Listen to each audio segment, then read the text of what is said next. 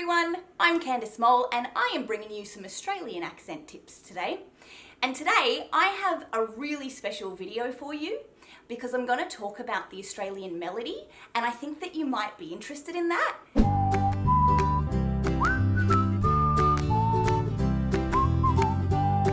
Learning the melody of any accent, in my opinion, is kind of the hardest part of learning an accent. And the reason for that is because it's all about your ear. The way that a lot of people learn different accents and dialects is to find the shape that their mouth should be in and memorize how that feels. But you can't really do that with a melody of an accent. You just have to be able to hear it, and you kind of need to be able to hear it in your head to be able to replicate it, which is what makes it so tricky. So if you can't hear the melody to the Australian accent straight away, that's okay. A lot of people can't. So I would encourage you to just keep on practicing. Now, before we get into things, I want you to take a moment and hit that subscribe button if you're interested in the Australian accent. I do a lot of tutorial videos, I do some fun slang videos, so go ahead and hit subscribe. And then at the end of this video, if you like it, give it a thumbs up if you found it helpful. All right? So, first things first, what is a melody in relation to accents and dialects? Basically, if you imagine the tune of a song, every accent has its own tune. It has its own ups and downs, its own inflections, its own rhythm. So all of these things make up the melody of an accent. So for example, I'll use some stereotypes, okay? So for example, if I were to give a really awful stereotype of an Irish accent, I would say tiddly-tee potatoes. And the melody of that is do-do-do-do-do-do-do, right? Tiddly-tee potatoes, do-do-do-do-do-do-do. Can you hear it? Or if I were to do a really bad rendition of an Italian accent, I would go, Italian, da-da-da-da-da.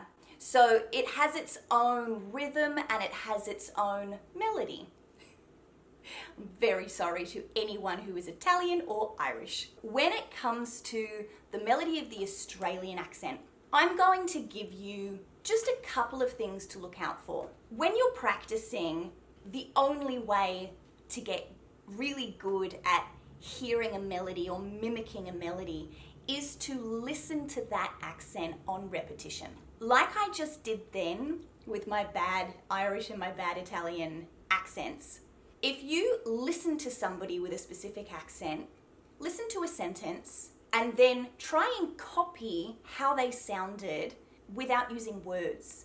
You can use a do-do-do or a da-da-da, but try to mimic the sound without using their words. YouTube's great for this. You can look up anyone on YouTube. You can look up any kind of accent and find someone speaking in that accent.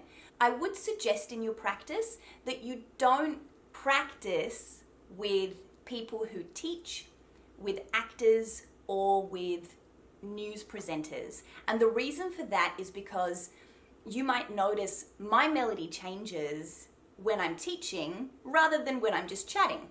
So the best way to practice an accent is really to look up people who are speaking naturally, and a really great way to do that is to search for somebody being interviewed. So I jumped out of bed and all I had was my undies on, and I've walked out the front and I've seen the car smashed and I've seen the bloke walking back to the car. Let's look at the first important part of the Australian accent melody, and that is everything's a question until it's not. A lot of people know the first part of this, the fact that everything's a question, right? You'll hear people say, oh, Australians are so weird or they're so funny because everything sounds like a question, and I never know when they're asking a question because it goes up at the end all the time. That's true, but it's actually a little bit more detailed than that. I nearly just went, it's actually a bit more detailed than that. It's actually a little bit more detailed than that. And what I mean when I say that is that this up inflection implies a continuation. So it's often used in storytelling. If you've got someone that's trying to tell a story of what happened to them at the shops today, every sentence will go up at the end because I went to the shops, and when I got to the shops, it was really busy, and I went into the shops and I found the shop that I was looking for. So the story's not finished yet. Do you hear that? But when the story's finished, that final sentence will come down. So I went to the shops and I found the shop that I was looking for, and they had the shoes I wanted. Full stop. That coming down at the end is the full stop on the end of the story.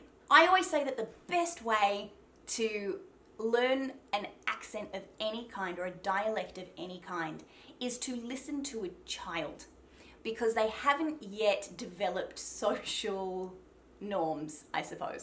Yeah, my dad was an athlete, but now he's pretty fat.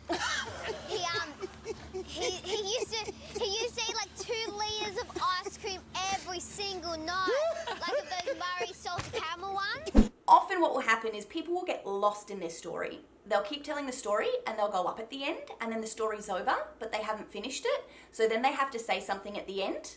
Yeah. And the yeah at the end will be the full stop to their story. Or they'll finish by going, and it was really funny. Then he had to suck his gut in for photos. It was really funny. So they'll finish it on something that doesn't need to be said, but because they've finished on an up, they have to bring it back down to let you know that the story's finished. So there is a question to ask about this, and that is, why do we do this?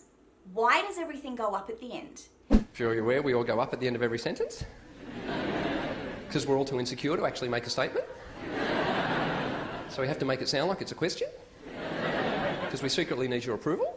My opinion of this is that Australians are generally quite polite. Being very general.